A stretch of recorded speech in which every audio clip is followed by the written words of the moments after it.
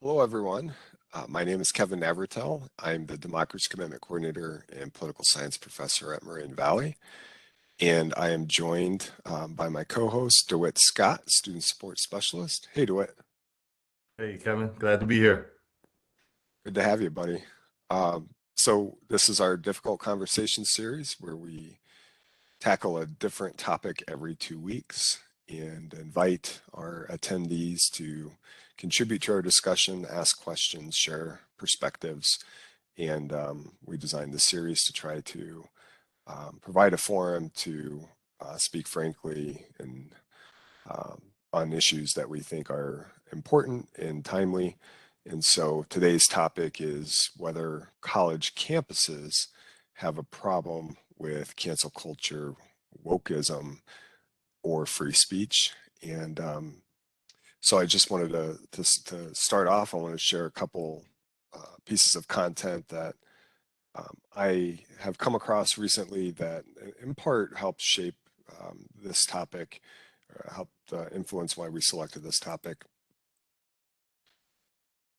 So there's been a couple of articles recently in the New York Times, one by the editorial board about America having a free speech problem, and another, and that's from March 18th of this year. And then earlier this month, or last month in March, there was an opinion piece that gained a lot of attention, at least on Twitter, from Emma Camp, a student at the University of Virginia, talking about how she was interested to debate on campus and she found a lot of self-censorship instead. And just to kind of kick this off, I wanted to play a clip from a few years ago, and hopefully this works. Let me make sure. So I know I'm sharing my screen, but I'm going to try this in a different way, make sure that I'm able to share.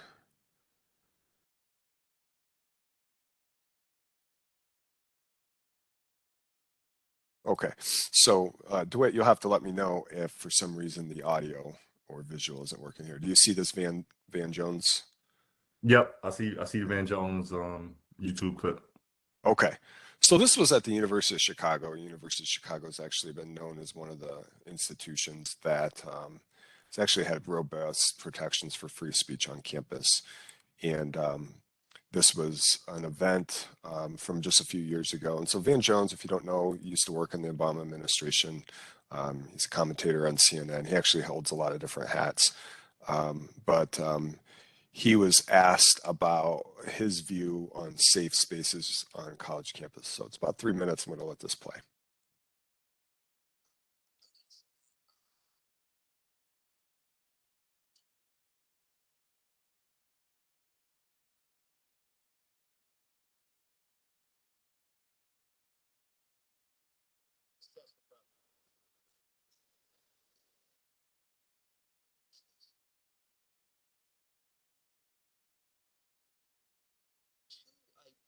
Safe spaces.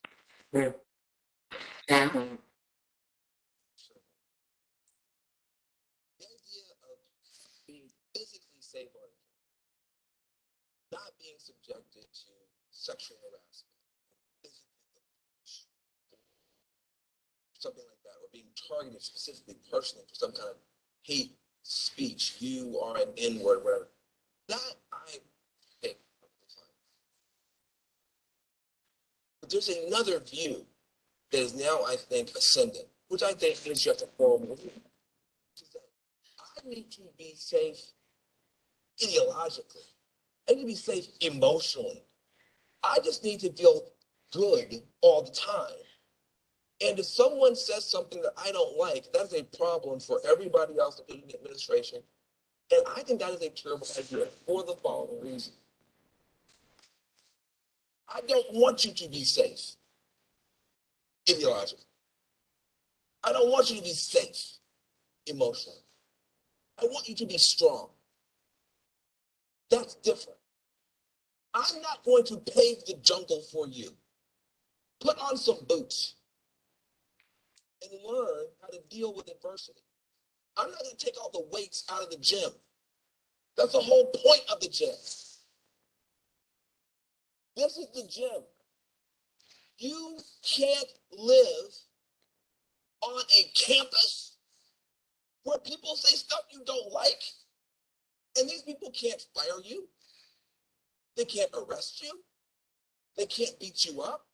They can just say stuff you don't like, and you get to say stuff back. This you cannot bear.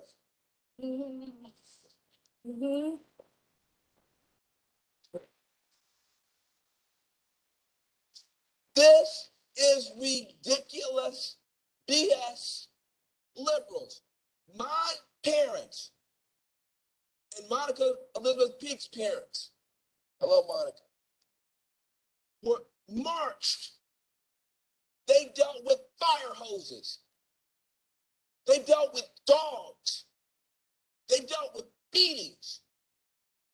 You can't deal with a mean tweet. You are creating a kind of liberalism that the minute it crosses you straight into the real world is not just useless, but obnoxious and dangerous. I want you to be offended every single day on this campus. I want you to be deeply aggrieved and offended and upset, and then to learn how to speak back. Because that's what we need from you in these communities. Okay, so let's stop it there. So that's a brief introduction. There's a lot of different topics I wanted to try to explore today in the time that we have, but I wanted to turn it over to Dewitt and provide you your first opportunity to speak on this topic or reaction to the video. Dewitt? Thanks, Kevin. So the video, it was a 3-minute clip, but it feels like he said so much more than 3 minutes, right? And he made some statements that were very insightful, that were very important, and depending on who you are and how you view Van Jones, because he has his own sort of critics out there just for him being him. It can be taken a number of ways. What I will say is, listening to what he says and the words that he used, I agree with him wholeheartedly.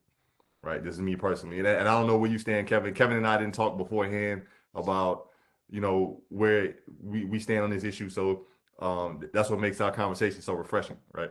But I agree wholeheartedly with what he's saying about being able to confront or listen to a point that's different than yours, and being able to digest it, analyze it, and then respond to it in a way that makes sense from your angle. I think what gets lost in the whole free speech conversation, particularly on campuses, is that regardless of what the views may be, the conversation should always be civil, right? And the conversation should always be about listening. And typically it's not listening when we're talking about these college campuses. And usually we're talking about larger universities, these research universities, where the students sort of have the luxury to sit and debate these ideas. Our colleges, Moraine Valley, we tend to have a different type of student who maybe is working, taking care of things. They don't have the time to just think about these things all day. But that conversation, right, if it's civil, then there shouldn't be a problem. And if there's listening, rather than I'm going to say my point, and then when Kevin is talking, I'm just writing down ways to attack Kevin's point, so that when he answers, now I attack him, and the goal is to embarrass Kevin, right? So I think with what Van Jones said in that clip, I wholeheartedly agree.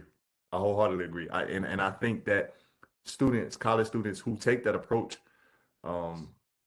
post graduation, once they leave the campus, they'll be so much more prepared to change the world, because they're okay with confronting different ideas rather than to totally write somebody off, simply because they say something that they don't agree with. And obviously there's exceptions. If your words are hurting people or they're intentionally trying to bring harm, that's different. But someone who's just expressing a viewpoint, I think it has to be digested and engaged. So, but that's my view on that particular clip. What do you think, Kevin? Well, first, I'm hearing from the chat, reading in the chat that perhaps the audio didn't work with the video, and I did turn on the captions, closed captioning, but so hopefully everyone was able to get the message from Van Jones. And I just remind people, if I haven't said so today, that you can contribute to the discussion, either asking questions or making comments anonymously, if you wish, through the chat or the Q&A. So please do that. Yeah, I mean, there's so many, like you said, it's a rich content for being 3 minutes. There's a lot of different aspects to touch on. You know, I just wanted to add to that video with another point of just trying to, like, some people would say on campuses, we need trigger warnings to essentially provide disclaimers for students on topics, reading materials and so forth that might be emotionally triggering, things that might be troubling for people to digest. Safe spaces, as the video was talking about from Van Jones, about providing and sometimes an emotional and intellectual safe space from ideas that might be troubling to students. Sometimes people would bring microaggressions into this conversation, and I was going to avoid that for now, but I think one of the other big trends is that you see, or at least hear about, canceling campus speakers. So, you know, I'm thinking in the past, somebody like Condoleezza Rice, who worked in the Bush administration, but if I'm not mistaken, she has a PhD. There was, this has been a few years ago now, but this is just one example of her being a commencement speaker on a campus, and I can't even remember which one now, but the student population being upset that you know, her views on the Iraq War, or her role and how the Iraq War had played out, essentially made her as somebody who the campus wouldn't feel welcome to have, and so they essentially had kind of a protest and preventing her from speaking on campus. So it can be preventing campus speakers who might share a perspective or an ideology or just have a past history that people are not comfortable with. So my own view on this is, I think that this is a troubling trend. I don't know that it's something that's as pervasive as it's perhaps played out to be. I'd be happy to share data on this, but I don't think there's this, for example, with canceling campus speakers, and that's pretty rare. And it primarily is happening on like a 4-year liberal arts campus.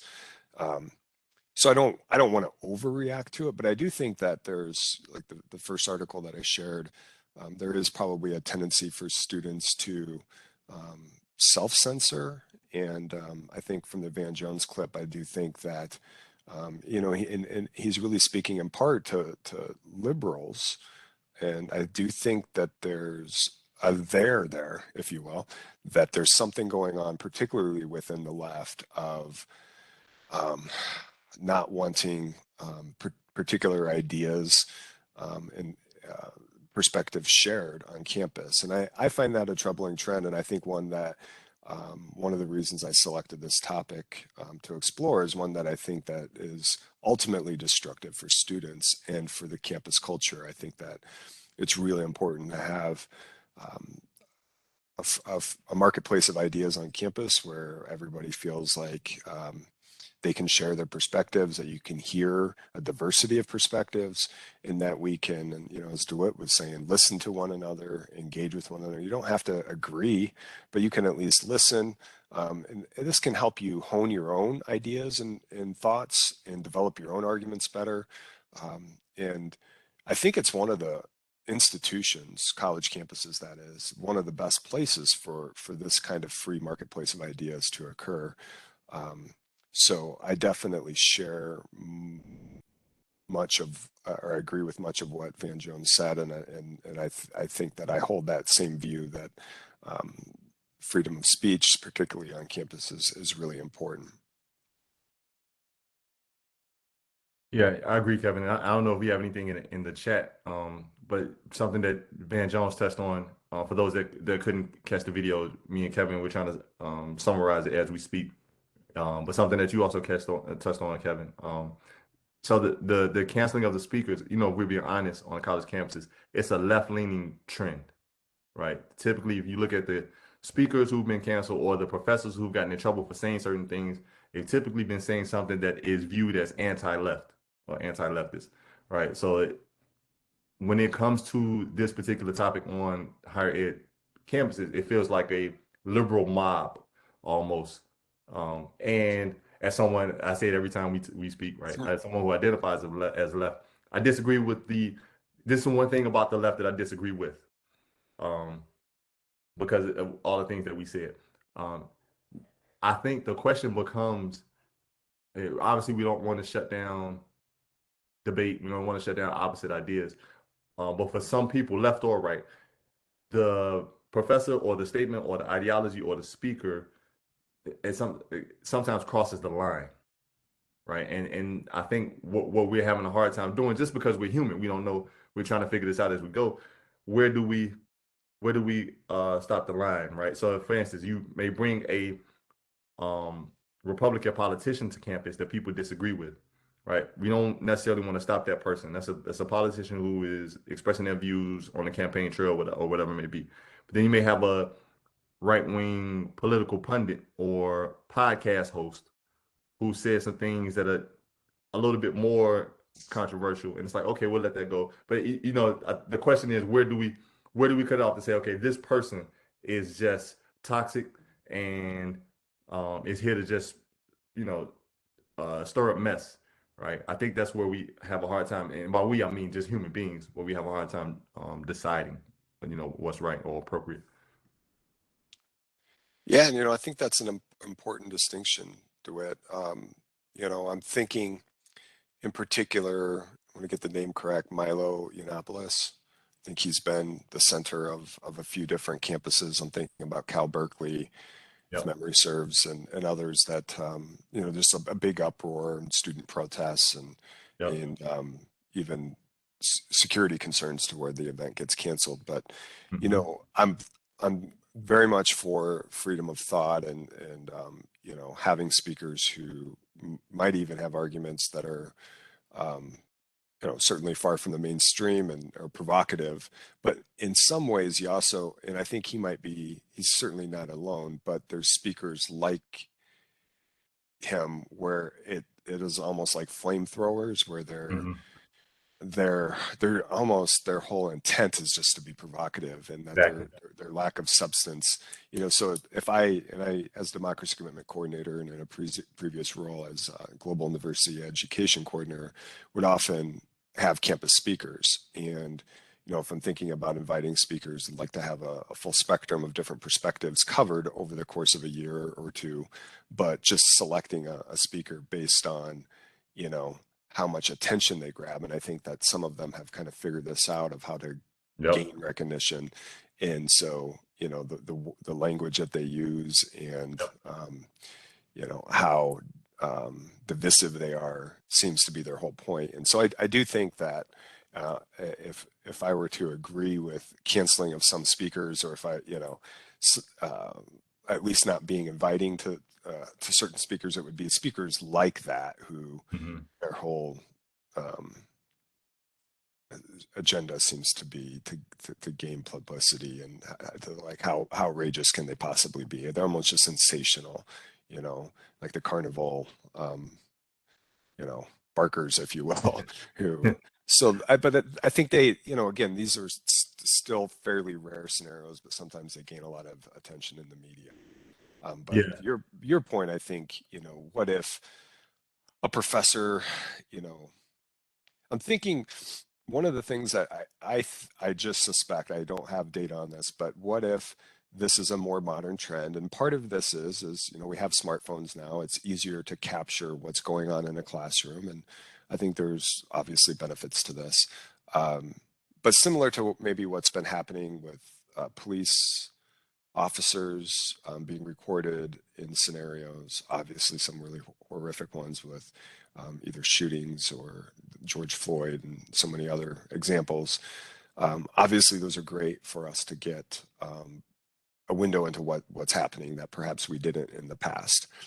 And so maybe similarly, there's, a professor or somebody else caught on tape on campus, or recorded, saying things that are really, especially out of context, Mhm. outlandish. And I think that they can, these videos or incidents, if you will, can be captured and shared, through social media, and really gain a lot of attention. And so perhaps that's part of what's provoking part of this, attention in the media, and coverage and discussion nationally.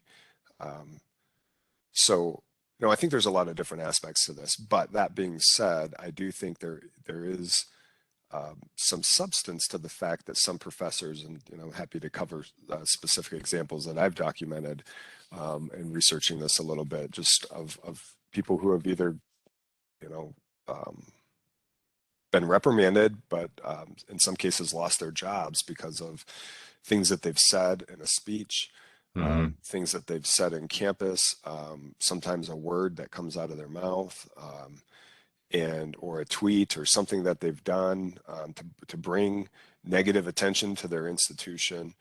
And there's certainly been a whole lot of calls, about how this violates free speech.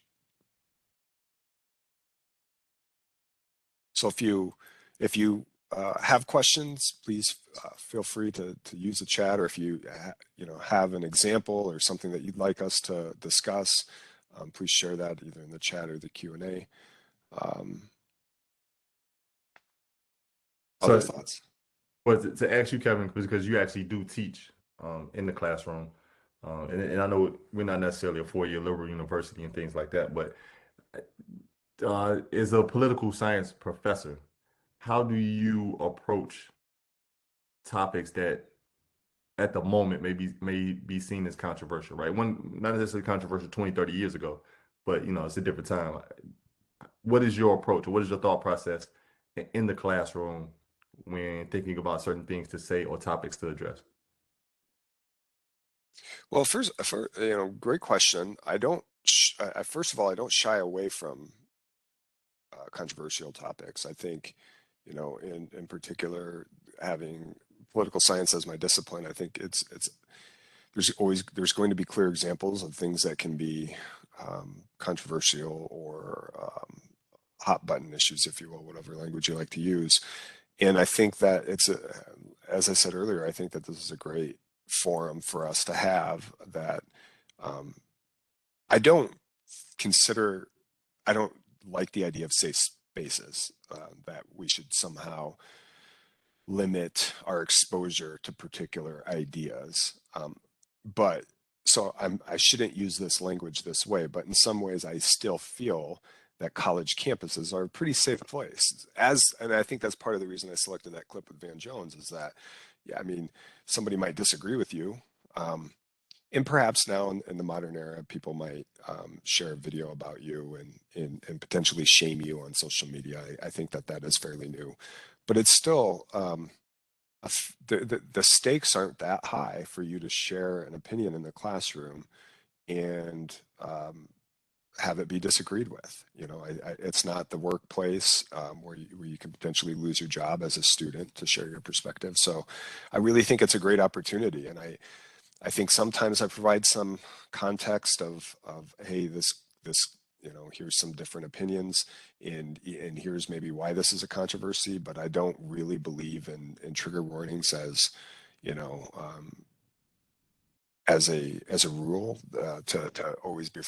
I mean, it's really hard, and part of the reason is it's hard to know. I think there's some obvious examples. I have used a few examples of something that I think are pretty clearly something that could be triggering, but in some ways what's triggering is in the eye of the beholder, and we might have a different response to the same stimuli. And so it's hard to be a fortune teller and know exactly how content is going to be received. And then I think there's that ideological perspective that, similar to what Van Jones shared in the video, and that I think that there's a certain amount of, I don't want to use the exact same metaphor, but something along the lines of the way that our immunity is strengthened when we're exposed to as many different viruses.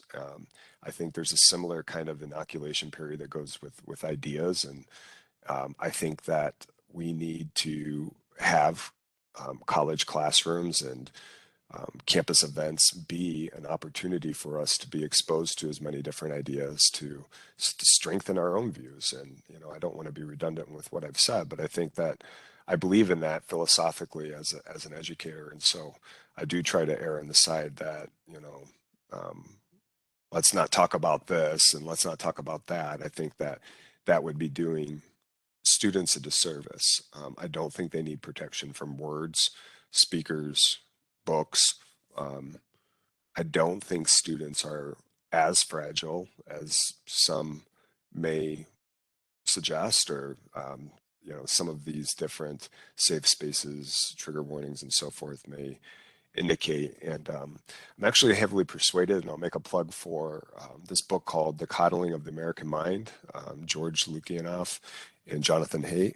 And they really kind of make this idea that in the last 10, 15 years or so, that in a lot of the anxiety and depression of students, in part, you know, it's clearly a lot of different factors that would contribute to this, but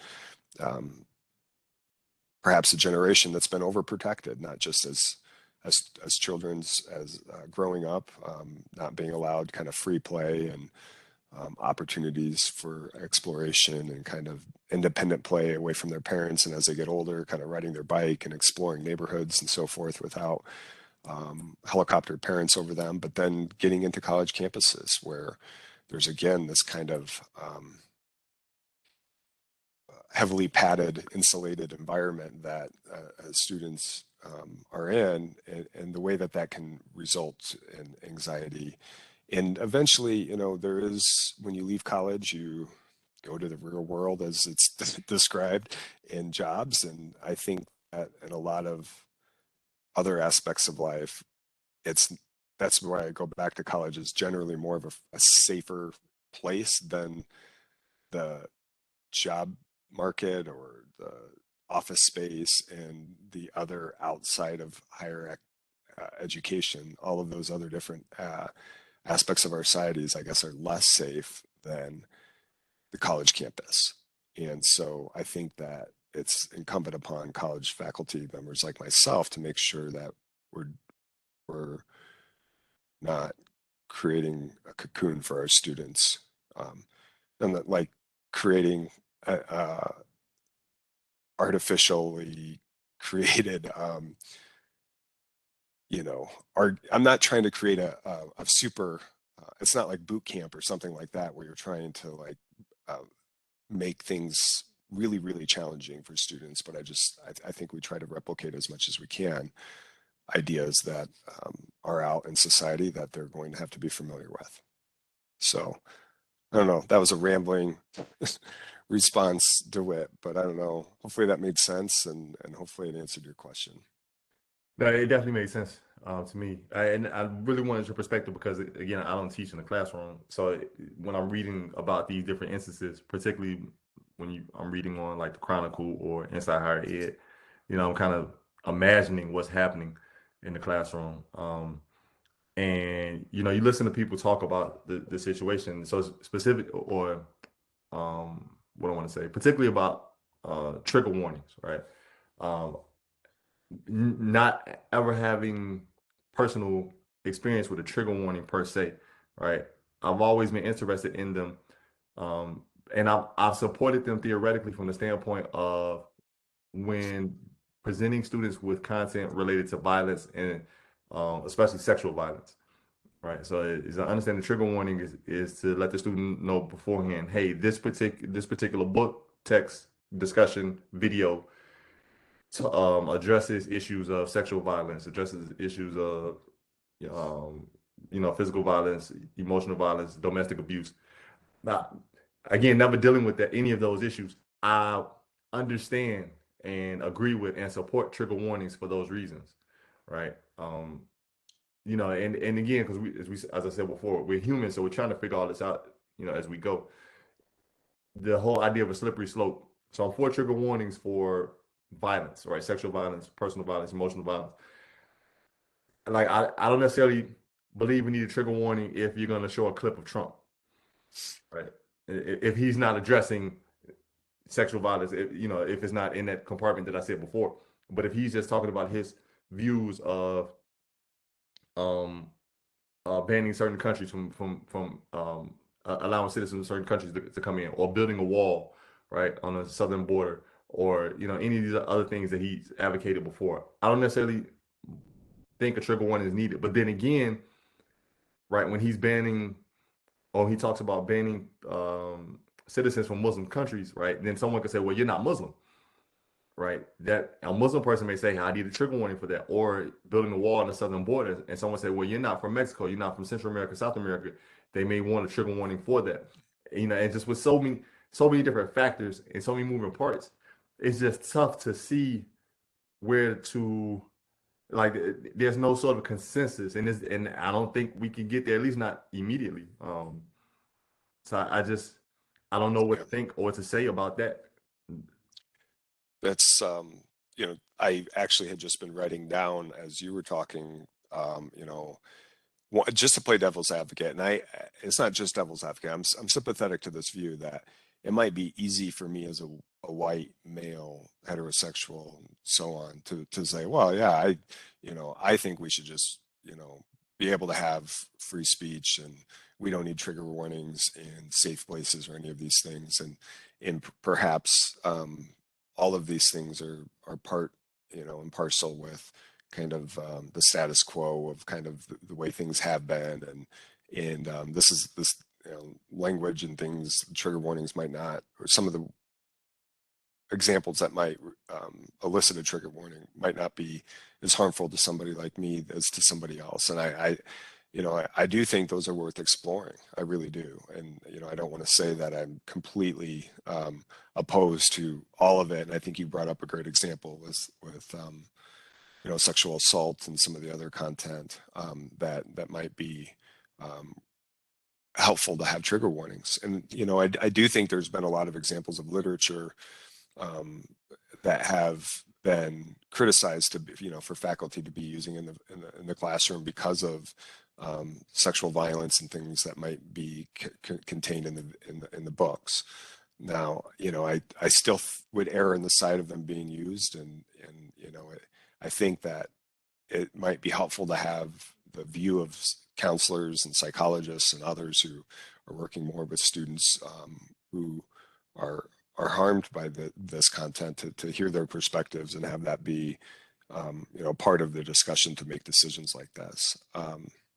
So I think that that's important. And in light of that, as somebody, you work more with students than I mean, yes, I'm working with students in the classroom, but as someone who works more with students outside the classroom, I mean, do you think that, either now or like the way that have students changed, do you think there's maybe more of a need for this than maybe when you and I were students, or a different era?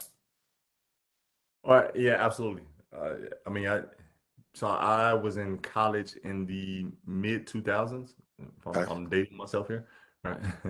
In the mid 2000s, and I mean, obviously, things weren't as polarizing as they are now, and politics in particular now is treated almost like religion, right? There was a healthy respect for not um, getting into someone's religious beliefs because you understood how emotionally tied they were to their religion. But politics has become the same way, right? There are, I believe, some people out there that says, hey, if you put Trump up on the screen, I need a trigger warning beforehand, or I just can't stand the sight of him. I don't, because of everything that it drums up in me emotionally. And vice versa, right? So you put a Minister Farrakhan on the screen. There's some people that will say, hey, I just can't, I don't even want to hear the words he has to say. Anything that I know he's been associated with is just too much for me. And that wasn't the case, 15 years ago. And social media has a lot to do with that. I think we're at a time where we're just overloaded with information everywhere, right? Information overload beyond social media, right? Everybody's getting so much thrown at them at once. Everybody seems to be an expert, right? You can go online. You mentioned Twitter. Twitter is just an app full of experts, regardless of what their personal background is. And we're just feeding off of all of this, and I think we're just having a hard time as a world reconciling what we're learning and what we're hearing or what we think we're learning, and then trying to give it some perspective. Um, so I think that's it's definitely different, and it just makes you think, where will we be 15 years from now? Like, Yeah. where is this going? Will it get better? Will it get worse? You just don't know. It's all changing so quickly. Yeah.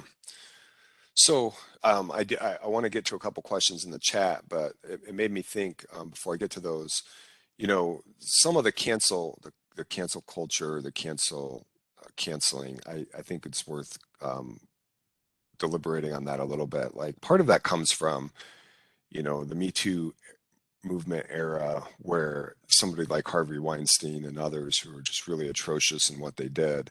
I think those are completely appropriate to cancel people, for based on that. And um, whether, I think it's also interesting to consider whether and I wanted to go back to something I was covering earlier, that there hasn't been a lot of sunshine in the classroom, I think, historically, of like what's going on and transparency of what's going on. And so I don't think professors should have little fiefdoms where it's, private what's goes on there. And, sometimes it's important for us to have conversations about some of the either content examples that faculty have had. And so I guess that there's some positives to that.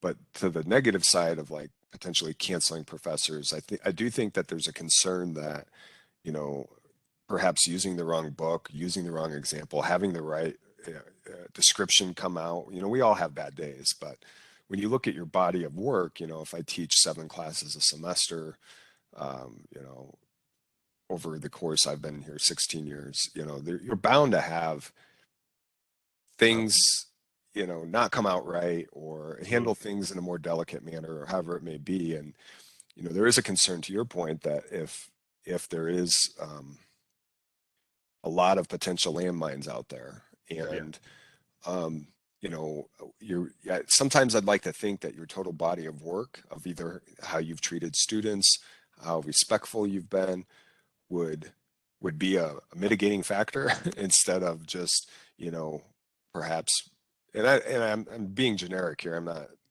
maybe I'm talking in circles, and I'm not giving examples, but you'd like to think that, perhaps one off the cuff comment in a particular context wouldn't necessarily be a fireable offense, or something that would lead you to the Twitter mob of being shamed.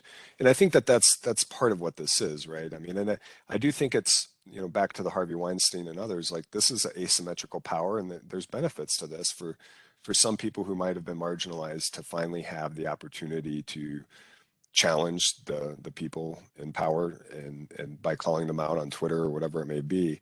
And so in some cases, perhaps this is there's merit to this, and so I do think that it's worthy of discussion, and perhaps we can come back to it. I wanted to get to a couple of comments in the chat. Can you share your opinions about when women publicly ask men to remain silent, or any group asks another group to remain silent on a topic?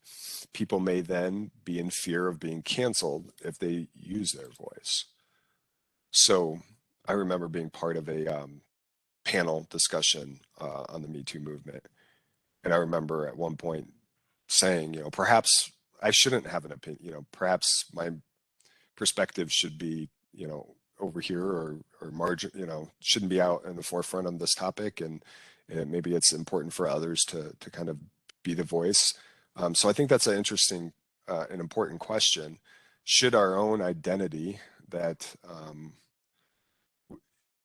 whether it's gender, whether it's race, prohibit us from speaking on a particular topic? So as somebody who's white, should I speak about certain topics that might be more pertinent, and let's say in the Black community? Or as two males, should we be speaking about something that might be more of a topic that might be most rightfully discussed by females. What are your thoughts, Dewitt? Well, I think that's a really, really great question because it's something that we come across, regularly. Um, I do believe in a diverse set of opinions, and you can only get that from a diverse set of contributors. So I do believe in that. But my personal view is that when speaking about a topic that is directly related to a specific group of people, if you do not identify with that group, I think your opinion should be secondary, right? I don't think it should lead. I Okay. think it should be secondary, and I think it should be given when asked. I Okay. think, dealing with the social media time that we have now, and this is where people really get in trouble, is when they volunteer an opinion when no one asks them, right? And because of social media, and we Yeah. have all of these apps and these things in our hand, we can just say what we think, or we can type what we think in the moment when nobody really asks you. Now, your example of being on a panel and then being asked a question, I think is different because you were asked that question, and it's like, hey, anyone that doesn't like my answer, understand I was asked. If I didn't just wake up today and say I want to say these things about women or about black people or about Muslims or about older people or whatever. So I do think I think multiple voices can contribute. Yes, I think it should be secondary. I think that it should be when asked, right? And I think that if we want to talk about a specific context, I think this is a question that a lot of people ask when it comes to abortion, right?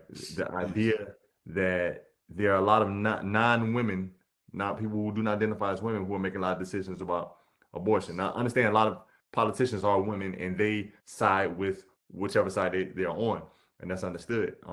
But you hear a lot of women that say, hey, there's a lot of male politicians who are creating laws to tell me what to do with my body.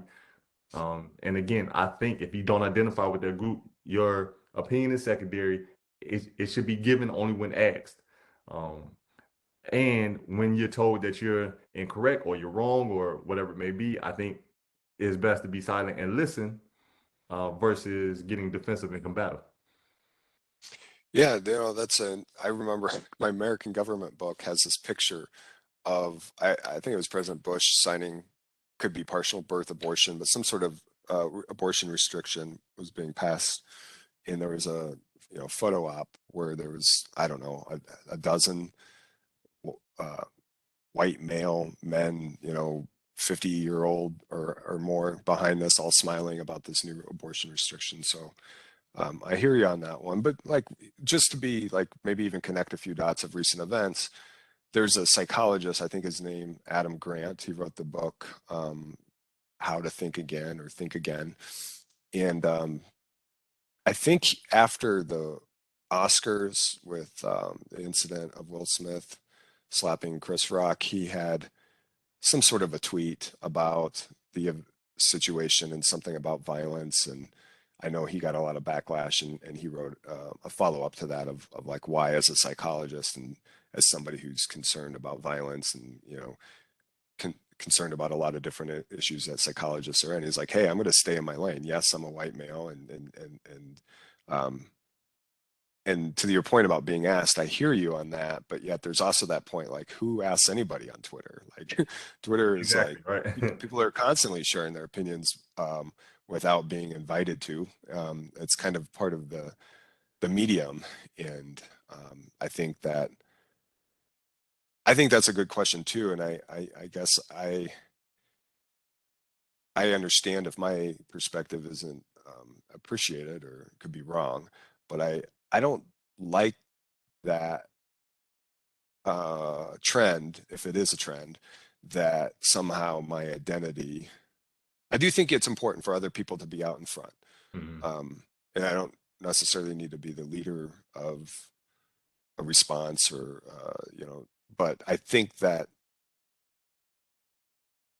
I don't know that we're making a lot of progress if in 2022 we can't comment on topics because of identities that we have without, asking for those identities, and that if we're just going to restrict an entire group of people based on their gender or race or sexual orientation from Mhm. being able to contribute to a conversation. I kind of agree more with the first part of what you said about the diversity of opinions. As many different opinions is going to, be be an asset for us. Mm-hmm. Happy to come back to that. Are trigger warnings common for showing content outside the boundaries of violence that Dr. Scott gave? So I'm not sure. You may know better than I do, Kevin. Anytime, I mean, so again, I don't teach. The only trigger warnings I come across on Instagram. Before you even see the video, there's a warning that says, warning, this video contains, whatever it may contain, and it's always around violence. So I'm not personally familiar with trigger warnings that are not related to violent content. Yeah, I agree without having a robust data set to kind of refer to of like how often it is. I want to say that I think for newer faculty, people who might have been teaching, especially in a college environment for like let's say 10 years or less, I think it might be more common than perhaps some of our faculty who have been teaching for 20 years or more, to provide trigger warnings. And I think it probably also depends based on the content of what you're teaching. I think that for some sexual education classes or other classes that might be dealing with more sensitive topics, that might be more prevalent. Whereas in the discipline that I'm in, with political science, it might be less common. And again, these are just guesses. And I think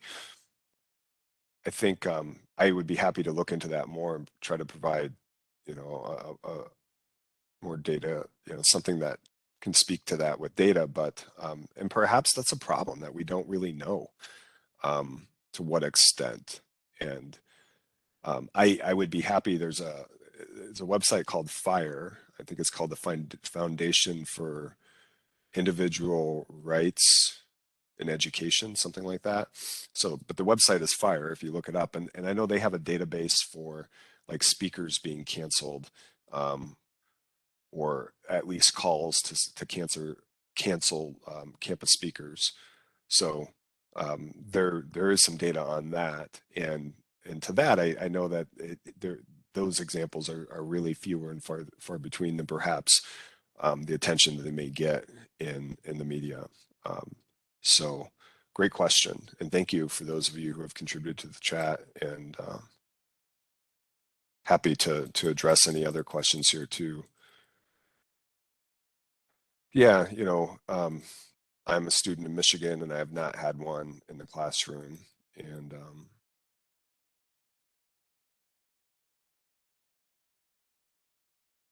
in classrooms, yeah, I don't think that trigger warnings in the classroom is necessarily the norm. Again, I'm just guessing here, but I would guess that inside the classroom, I think that it's probably more rare. Mm-hmm. 10% of classes, 10% of faculty would probably be my guess. And sometimes people call it different things. And here's a comment too. I would call it an acknowledgement in the example I used. Warning implies emoting is wrong, and you may want to avoid it. Yeah, I think that's a really important point.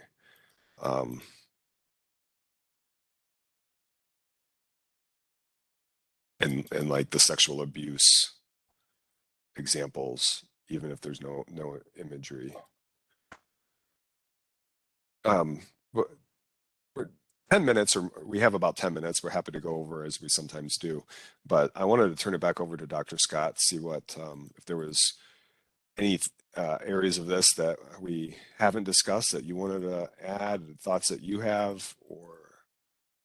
Well, I think one aspect that's interesting that we're touching on but haven't necessarily touched on is the idea of the whole woke phenomena, or woke culture, or whatever in the title we put wokeism. And I think the term itself has now become something that's I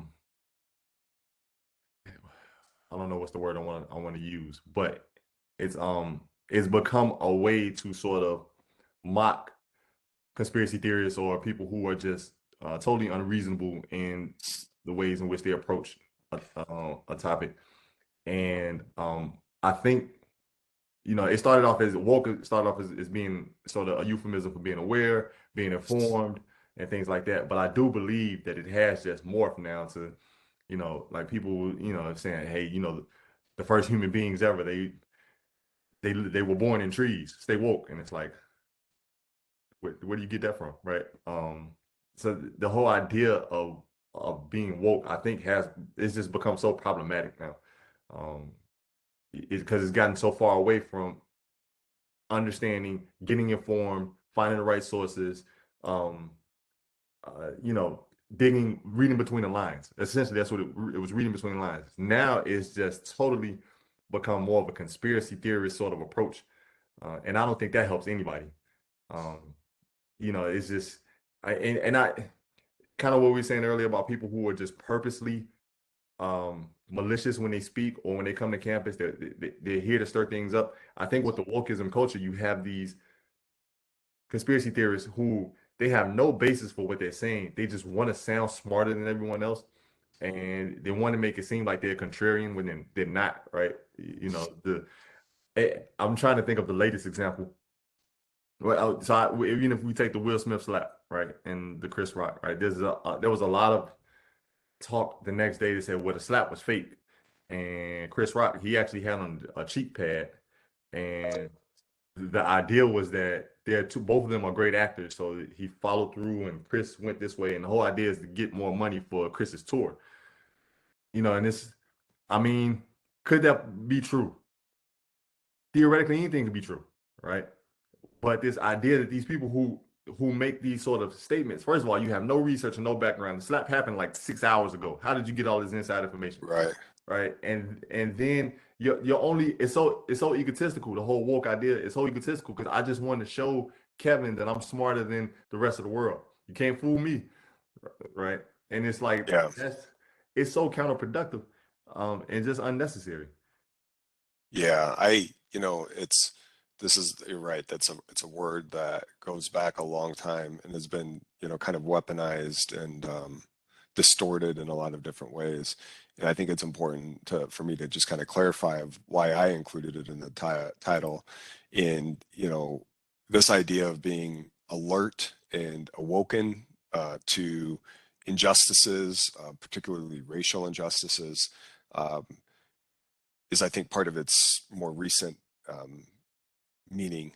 Mhm. But I think there's also a connotation to it um, to kind of, some of it might be performative and some of it might be um, almost a way to show that, to virtue signal to your own group that you're the most knowledgeable or just and thoughtful on this topic, and to kind of call out others who might not be. And I want to play part of a clip that this is from former President Obama from a few years ago that made me include that clip because I think it's relevant to this. And let me play it and kind of explain why I think it's so relevant.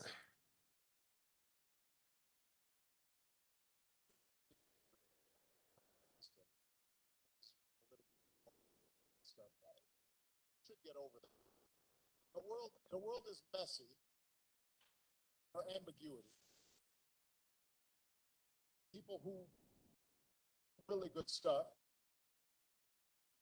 have flaws. People who you are fighting, they love their kids. And share certain things with you. And I think that one danger I see among young people, particularly on college campuses, Malia and I talk about this. Yara goes to school with my daughter. But I do get a sense sometimes now among certain young people, and this is accelerated by social media, there is this sense sometimes of the way of me making change is to be as judgmental as possible about other people. And that's enough. Like if I tweet or hashtag about how you didn't do something right or used the wrong verb, or then I can sit back and feel pretty good about myself because I think it's frozen on my end, Kevin. I called you out. get on TV, watch my show, watch Grownish. Okay. So the idea of the video is that President Obama is making this claim that simply, am I frozen?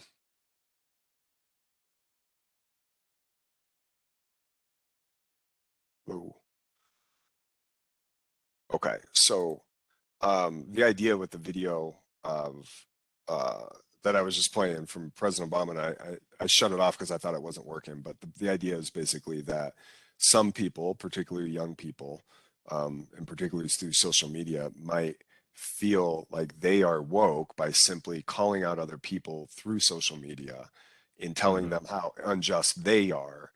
And I think what he's saying is the world is much more messy than that. That, you know, similar to what I was saying earlier, that if you look at somebody's total body of work, you know, they might, you know, there's more nuances there. They might have a lot of good to them, and simply just by calling them out from behind a keyboard isn't a way to really be an activist or to get involved or to make a change. And I think that's a key part of this is I just don't know that some of the people who do this, other than signaling to their own tribe, I don't know how much change they're actually achieving, because I don't know that calling people out, particularly on social media, is really, there's much data to show that people have, oh, I'm sorry, I need to change my ways because thank you for, you know, embarrassing me through your tweet or your Facebook post or whatever it may be. And so that's the reason I selected that, is I think that he's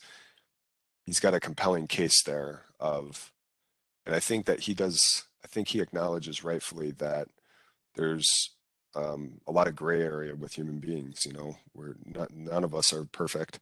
And so simply just calling out somebody's imperfection through social media may feel good as you're doing it, but may have limited impact. Yeah, and I know we may be short on time, or someone wants to say something, but tied to that too, I think when analyzing or calling out people, or pushing to cancel someone for whatever reason, I think another aspect that has to be taken into consideration is time, right? So, sometimes people get called out for things they said 30 years ago or 35 years ago. Like that's something that I definitely disagree with, simply because people change, and even more so than people, times change, right? So 2022 is a lot different or society in 2022 is a lot different than it was in 2002, right? 20 years ago. So for example, me personally, being born and raised in Chicago on the South Side, all black area, whatever, I grew up in a very homophobic environment, right? Very homophobic environment is how I grew up, right? So if you were to take something that I said, did, laughed at, or gave silent approval to 20 to 25 years ago, it can be very problematic in 2022, right? It can be the idea, I can't believe Dewitt said that. This is not the Dewitt I know. He shouldn't be working at Moraine, right? And it's like, okay, I did do those things, say those things in 2002, right? A lot has changed within myself. A lot has changed within the world. What was acceptable in 2002 is not acceptable in 2022, right? We can go 10 years in 2012 to 2022. I think that has to be taken into context, right? Outside of anything that's just, we all have our low hanging fruit. If we're talking about violence against, children, women, or whatever, okay, I can see there's no statute of limitations there, right? But if we're talking about, the idea of ableism, just other xenophobic statements, actions, or non-actions, right? You simply let it happen. I think the time has to be taken into consideration. Not to say that it's okay, not to say that someone should be given a pass, but I do think that has to be analyzed when you're deciding what was right or wrong and what this person has done. And it's a very important observation, and I'm glad you brought that up. And I think, off the top of my head, I can't think of very detailed specific examples, but it seems like there's been a bunch of these.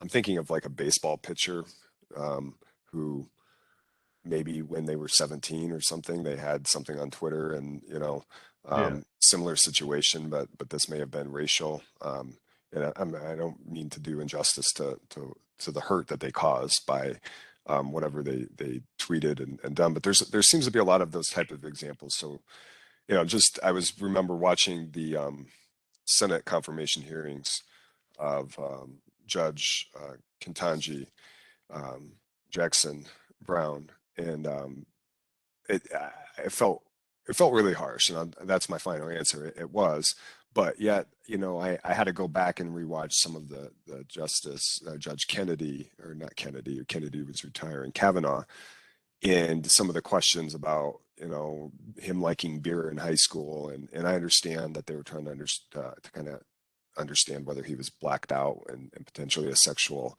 assault scenario, which is very serious, but yet asking a 50-some-year-old man about what he drank 30 years ago, seems, memories are different. And like you said, the context is different.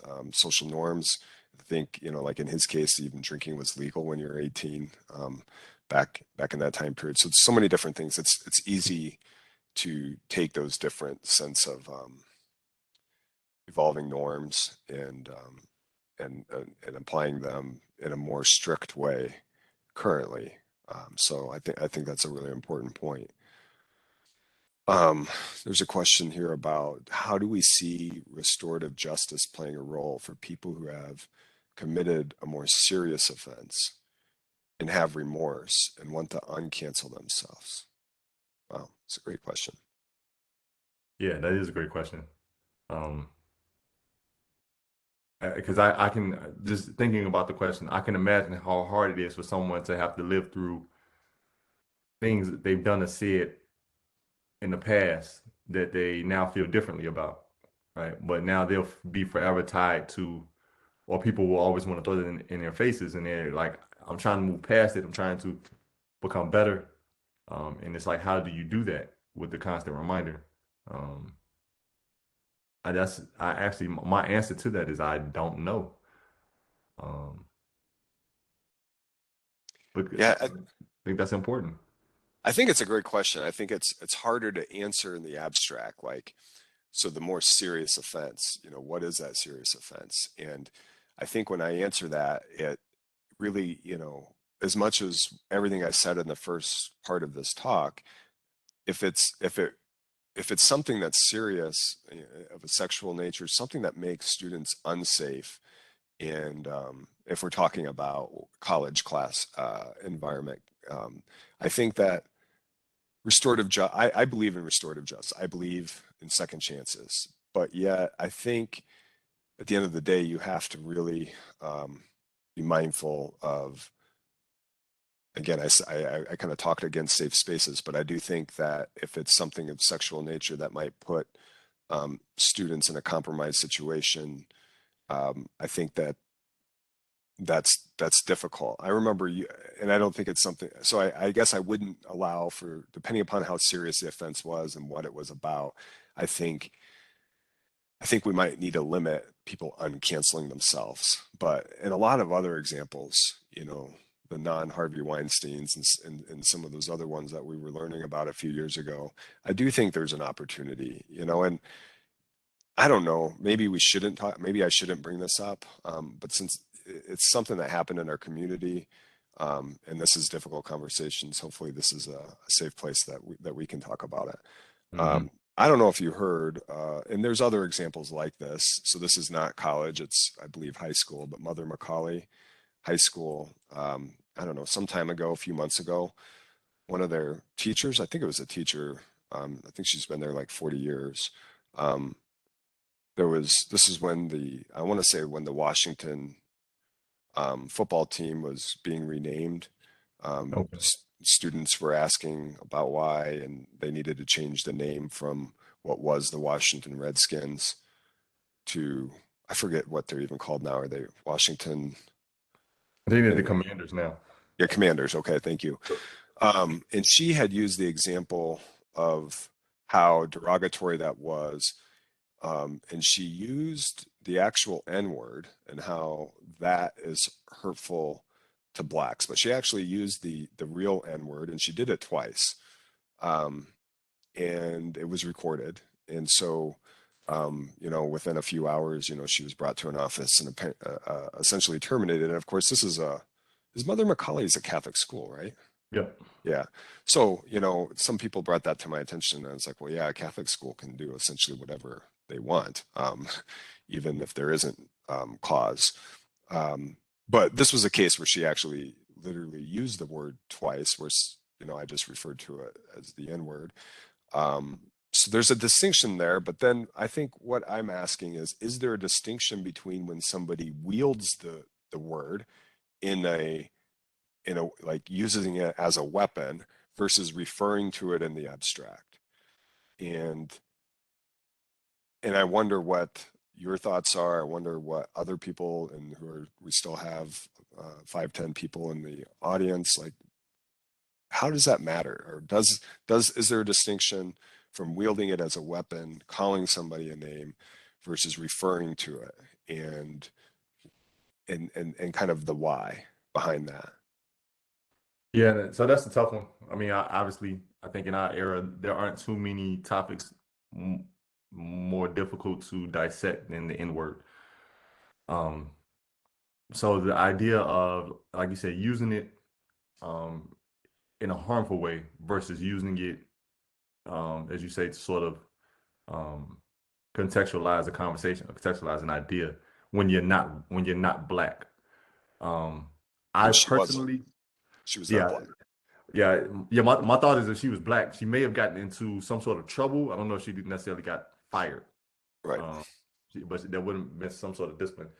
But obviously, if you're not black, the most popular thing to do is to fire the person. Um, my opinion in that sort of situation, I think it's best for non-black people just not to use it at all, right? Whether you're saying it to be malicious, whether you're saying it to relate a story, whether you're saying it to contextualize a situation, I think it's a lose-lose situation.